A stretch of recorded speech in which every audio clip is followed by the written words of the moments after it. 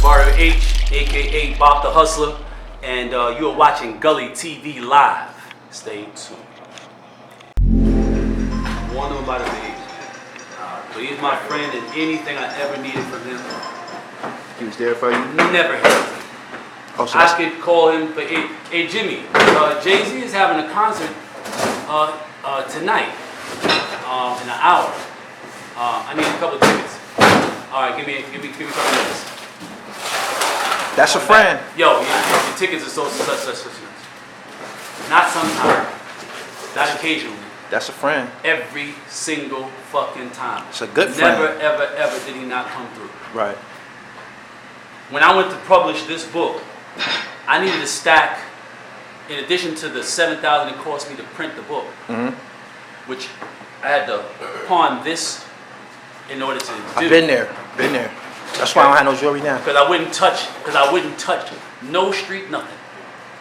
Because they're all a bunch of pansy, pussy ass, telling ass motherfuckers. And I wasn't for the games. Okay. So I was straight and narrow, and that was that. So I needed another $1,000 in order to get the typesetting and the formatting, because I didn't know what typesetting and formatting was. Right. So I called Jimmy, I said, I need a stack, whatever. He said, what name you want me to put in? Straight like that. That's it. And boom, was there. Right. You know what I mean? Like, it's small things, but at the right time, they can mean so much. It meant everything to me to be publishing my first book. So, of course, you still consider him a good friend. Yes, indeed. Yes, indeed. If you're not a participant, then you can't be considered a snitch when and if you betray your Confederates to authorities. Okay. Let me ask you a question. You familiar with the Quad Studio situation? Which one? The shooting of Tupac Shakur in the early 90s. Yeah, I heard something about it. All right. One of Tupac's co-defendants on the rape case was a guy by the name of Haitian Jack, New York City legend. I know Jack. A lot of people seem to attach this snitching thing to Jack based on the song Against All Odds. Why base it on that? I don't think before that anybody labeled him a snitch. Was he labeled a snitch in New York City before Tupac called him a snitch? I can't say he was labeled in New York City, because that would imply that there were a lot of people who knew things about Jack. Okay. And that ain't the truth. Okay. You know who knew about Jack? Who knew about him? People who he was digging in their pockets, and the police. Okay. And the people who was helping him dig in niggas' pockets. Those are the only people that could tell you anything about Jack. Other than that, motherfuckers had no idea who Jack was. Didn't even know what he looked like. Had no idea. There's a lot of people who don't know what Jack looked like now. They really don't. You know?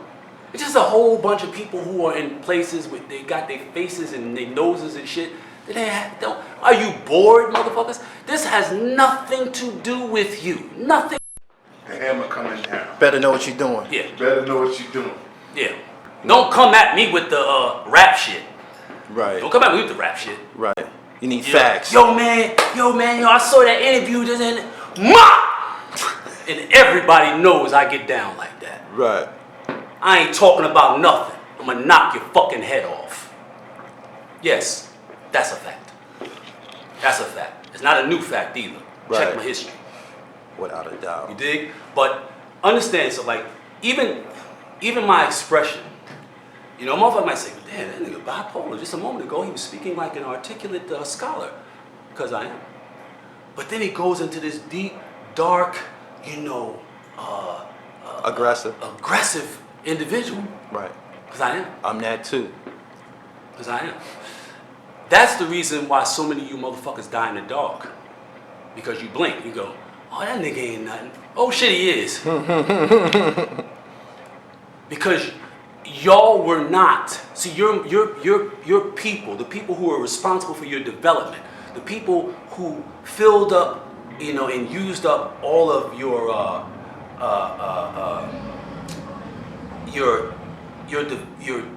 learning ability. You know, I want to stay away from, you know, psychoneural terms.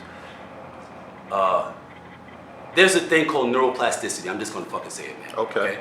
You can look it up, but neuroplasticity, and it's your brain's ability to adapt new information. And when you come into the world, it's at its highest. That's why you learn so fast as a kid. Learn so fast. That's why you can teach a kid 4 or 5 different languages on it. The neuroplasticity. A lot of people lose a great degree of it by the time they get 12, 13 years old, right?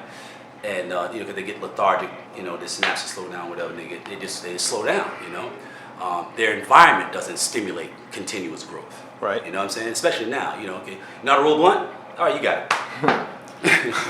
You know what I mean? Right. You know how to put a condom on? You're not going to do it, but you know how to put it on, right? Right. Okay.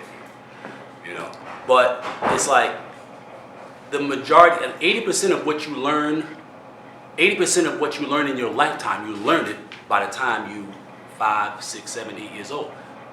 This becomes the foundation of who you are. Now, the foundation of who I am is a mother who was a class 1 narcotic offender and a stone cold killer. A father who was a class 1 narcotic offender and a stone cold guerrilla killer. Uncles who were the same. Brother who was the same. Sister who was the same. Cousins who were the same. Apple don't fall too far. So I was indoctrinated with a different perspective on life, period. So by the time, I'll save that for later. But there were a lot of things that were necessary to know when you got started in the street. Not learn after you got started. Right. Know before you got started. But if you come from a working class family, where are you going to learn this street shit from? Right. And what are you going to do when you come up against someone like me and you don't have the wherewithal? What are you going to do? You're going to lose. You're going to lose. Right. And these are just facts, man. Like, this is not about, and I don't usually quantify my statements. You take it for what it is, and if you misread or misinterpret, then you will deal with the consequences of your mistake. That's it. But I want to say this because I want to be informational, I want to be educational, I want to be helpful, I want to be useful. So I want to be clear. I'm not saying the things I'm saying because, and I know that people are accustomed to getting a lot of their input and their this type of interaction from performers. Rappers are performers. Right. Okay? And so they adapt this kind of shit. You got a motherfucker that's going to watch me right now, and he's going to keep watching me He's going to take all of it. until he can assimilate some of my inflection. And that's good. That's cool. The problem is this, though. The problem is this. If you don't know why I change gears when I change gears, then you might change gears at the wrong time. And if you've ever driven a stick, you know that's never good. Right. Right? You downshift when you should upshift, or you miss that motherfucking gear, or you slip that clutch, you jam your shit up. Yeah. It's the same thing. Without a doubt. I do what I do very deliberately, very consciously. Right. If a person doesn't understand what I'm doing and they just see the outcome or the impression that my actions make, and they go, wow, I want that kind of impression. I want people to adulate me like that. I want people to regard me like that. I want people to fear me like that. Right. They think that the act that they observed in that moment is the reason. It's not. Anybody can commit any act at any moment. So what differentiates my acts of violence or volatility from another person's acts of violence or volatility? I'm very, very precise, not only about when, but what degree.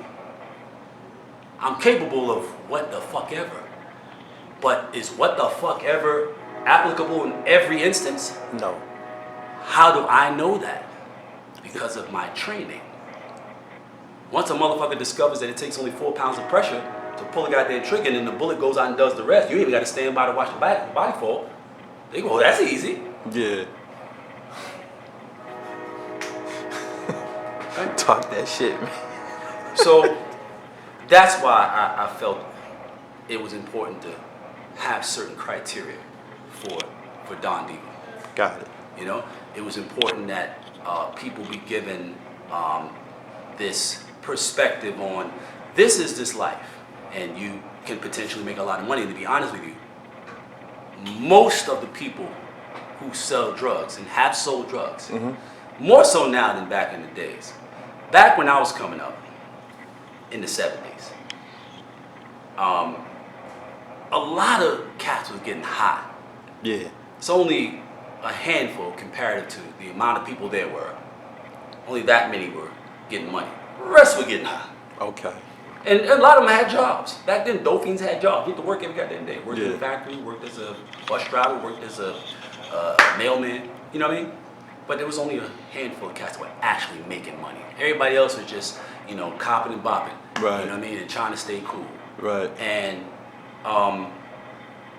this idea that you're gonna get out here in the streets and it's like this automatic thing gonna make money.